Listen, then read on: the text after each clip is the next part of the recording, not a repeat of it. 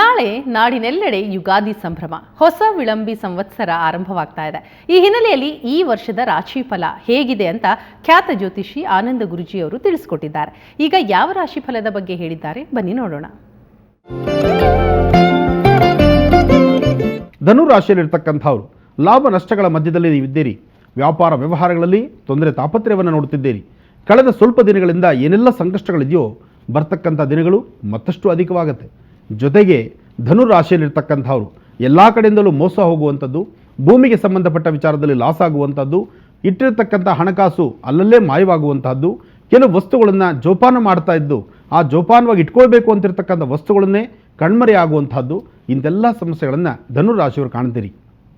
ಆದರೆ ಧನು ರಾಶಿಯವರು ಪ್ರಥಮ 6 ತಿಂಗಳಲ್ಲಿ ಇರ್ತಕ್ಕಂಥ ಸಮಸ್ಯೆ ಮುಂಬರ್ತಕ್ಕಂಥ ದಿನಗಳಲ್ಲಿ ಸಮಸ್ಯೆ ಆಗಿರೋದಿಲ್ಲ, ಲಾಭವಾಗಿರುತ್ತೆ. ಆದರೆ ಲಾಭ ಎಂಬತಕ್ಕಂಥದ್ದು ಮುಂದಿದ್ದರೂ ಕಷ್ಟ ಎಂಬತಕ್ಕಂಥದ್ದು ಕಣ್ಣೆದುರುಗ ಇರೋದ್ರಿಂದ ಈ ಕಷ್ಟವನ್ನು ದಾಟಿ ನೀವು ಲಾಭವನ್ನು ಕಾಣುವಂಥದ್ದು ಸಂಕಷ್ಟವೇ.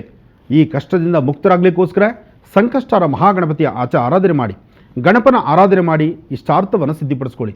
ಸಾಧ್ಯವಾದರೆ ಪ್ರತಿದಿನ 11 ಬಿಳಿ ಎಕ್ಕದ ಹೂ ಅಥವಾ 4 ಬಿಳಿ ಎಕ್ಕದ ಹೂ, 21 ಗರಿಕೆ ಶ್ರೀಗಂಧ, ಇದರಿಂದ ಓಂ ಗಂ ಗಣಪತಿಯೇ ನಮಃ, ಓಂ ಗಂ ಗಣಪತಿಯೇ ನಮಃ, ಓಂ ಗಂ ಗಣಪತಿಯೇ ನಮಃ ಈ ಪ್ರಕಾರವಾಗಿ ಗಣಪತಿಯ ಆರಾಧನೆ ಮಾಡೋದ್ರಿಂದ ನಿಮ್ಮ ಇಷ್ಟಾರ್ಥವನ್ನು ಸಿದ್ಧಿಪಡಿಸ್ಕೊಳ್ತೀರಿ.